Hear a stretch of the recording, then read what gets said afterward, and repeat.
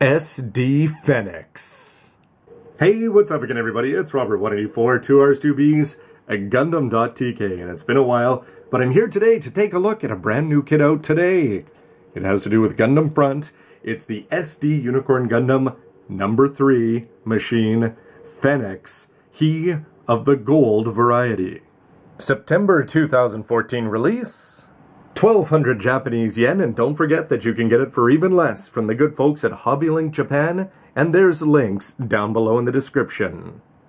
Love the gold finger / gold member inspired package art, and you can see the name there in English and Japanese. What's of even more interest, look at that BB Senshi $394 coming up on the big 400. After the white unicorn and the black banshee, well, Bandai, they never met a recolor that they didn't like, and especially if they're going to do it up in gold-plated and get a lot of money in terms of the master grade. It was something that I wasn't all that keen on until I ended up at Gundam Front in Tokyo, which is by the big Gundam itself, inside at the top floor, and they've got a movie theater, and you can go see a fantastic video of, once you see the Phenex, then of course you're going to fall in love with it, perhaps in SD, HG, or MG form. So the Super Deformed is up, following up on many different SD releases, not to mention the many others of all the Unicorn triplets now. So MSV, is that enough for you to want to get it and add it to your pseudo-canon list? And if you came here looking for the Reborn 1/100th, a Nightingale, well, Bandai decided to push this back a week suddenly, and the Phenex gets a week to shine on its own at retail. Well, I suppose for many people it's going to come down to whether you like the destroy mode of the Unicorn Banshee, and now Phoenix Phenex. Here it is, looking gold with that fantastic new unique V-fin there, and they're going to have a fair bit of gimmicks built in. You can actually attach on the shields, as they should be. The Armed Armor DE, 2 of them, in gold and blue on the back. You can also move, you can see the legs are going to be better, the forearms are better, and the hips are going to be moving around. And boy, if you've got a rotating base, it's probably going to look spectacular when you get that back view. How will it look, though, from the front? I'm a little bit worried because you can see the hollow parts. I always prefer if Bandai puts the good stuff forward. Of course, it looks good in the back, but who shows it off that way unless you're rotating it around, perhaps for a YouTube video? But if you want to go Unicorn mode, the V-fin's still going to be looking good sealed up there. You can see Beam Saber and Magnum in hand. And, of course, go for the more impressive transformation. Nice looking CG art, though, but always be aware and always be afraid. I call this puke yellow, and when we dive inside the box in a moment, you're going to see a lot more of it. It's gold all over the place, but you've got to paint it up yourself. The master grade, no, they mechied that up for us. But if you're going to want to do this one, you might have to put in a little bit of extra effort. As you'll see here from the cheating unbox, I went the lazy way, Tamiya color. This is just some nice gold TS21, and you'll see that it may have not come out all that bad. A lot of people might want to go with silver and then clear yellow on top. However, when you open it up, you're going to be seeing some decent colored plates, including a couple new ones and the all-important clear blue. There are some unused parts, as the Unicorns have been improving over their multiple releases over the years. This is what you're going to be getting for the yellow, the puke, as it comes right out of the box, and here's what you're getting. And if you do an even better job painting, I'm sure you can make it look even sharper. For most of the plates, they're just labeled Unicorn. Of course, there'll be some of the newer ones with the DE in mind. You're not going to have all the successive letters, but here's the new ones, SD Phenex for the H, so you're going to be getting some parts for the shield, and a couple other parts here in yellow as well, including some improvements. And changes like better hips that are going to be arced back, gold hands that are slightly bigger than these teeny tiny gray ones. You can see that the legs are going to be exposing some of the all-important Psycho frame, and the forearms are going to be a step up on the first SD Unicorn as well. The manual's sharp, as you'd expect, and it's got a little bit of whimsical fun in there. So here's the plates, and you can see the X'd out parts that I've already shown you. You'll put it all together with seals all around, and once you get the DEs together, well, then it's time for the transformation from Unicorn to Destroy, or vice versa, the kind of thing that I always enjoy doing a lot more with the SD than I do with the MG. With some more show-off shots down there, and the gold that they're calling for, GMO4 Gundam Gold. Yes, they're going pretty specific down there. The dark blue is going to be seed dark blue, not much of that, just the backpack and the feet. And of course, SD is always fun with the comic world, as we get to see the white, the black, and the cute one, and then its expression was too short, so he went long, and the bad guys are getting tired of the 3 unicorns talking too much and not getting on with business, which is fighting.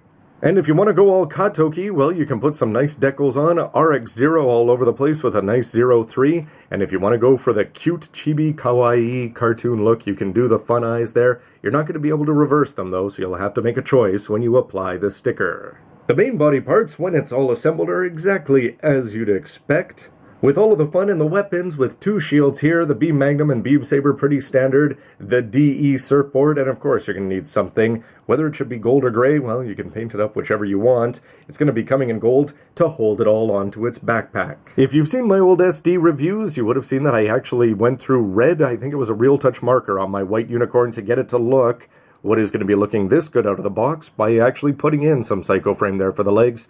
However, it has the detriment that if you go for the transformation into unicorn mode, you're going to be seeing that blue psycho frame, which Bandai does a very good job of hiding in their box pictures. And this is an ugly seal. I sort of regret not painting it gold to match the rest of the kit. Forearms, same problem. They look great in Destroy, not so much in Unicorn. But look at this. Elbow mobility. That's pretty cool. And, of course, you can put the shield and the Magnum over there onto the elbow if you want. For the shields, I feel that Bandai cheaped out a little bit. What you're going to be getting is these gold seals that are supposed to be providing what would be plastic on the higher grades. But what they could have done is given you enough to actually do it on the front and the back. I chose to make it look bad this way, which seems strange. But remember, when it's on the back, the Phenex, you're going to be seeing the inside of the shield, so I figured that might look better. We'll have to see the result, though.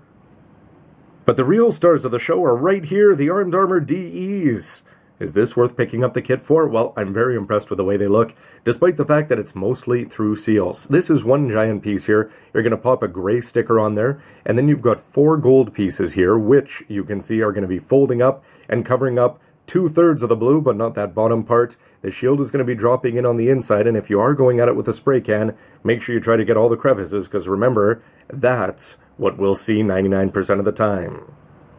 Banshee's overly complicated head was a lot of fun, but how about Phenex's? I really like the horn in both modes, but I think it's going to look pretty sharp. Just went at it there with a lining marker, and you can see Bandai gave us the gold seals for the camera and the eyes.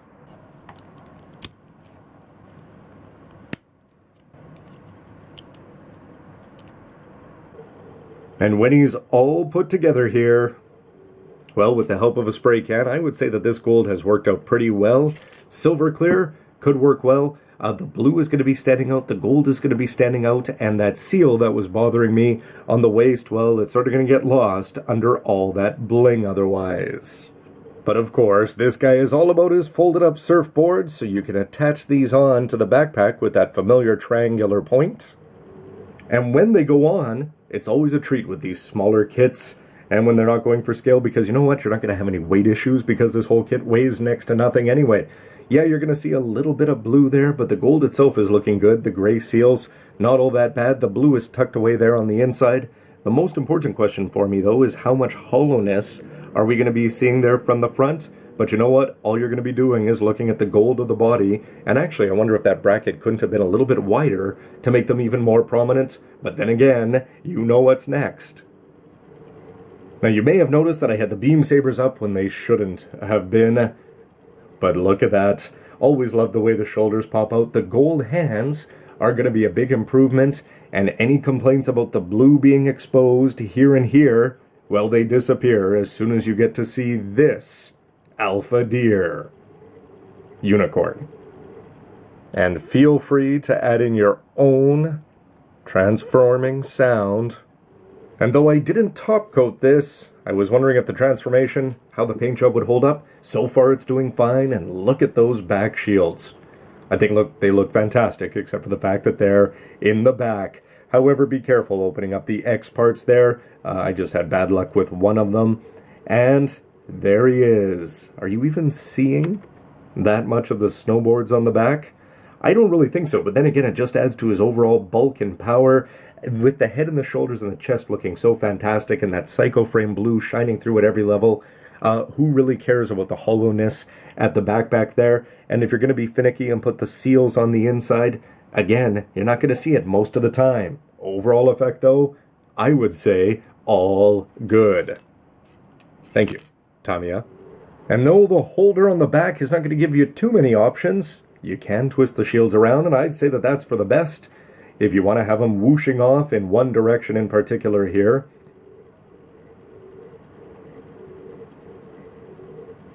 And look at that gold. Looking not bad. Beam Magnum, Beam Saber in hand. Then again, I think this guy's greatest power is the power of just standing there and looking great. I don't know if the weapons are going to get used, but then again, this pose, why not? He's a lot of fun. So for some final thoughts, I gotta say, I didn't find this to be too repetitive. Then again, it's an SD, fun, quick, and easy to put together, just depending on how much time you do or don't want to put into that. The puke yellow out of the box, though, is just really going to be this kit's biggest downside. You could add some sparkle or some blue if you wanted to top this, but I think that the sparkle that they already put into the blue is more than sufficient. The weapons, well, happy to have them, and the armed armor DEs, I think they look great here on the back, and they look okay on the inside.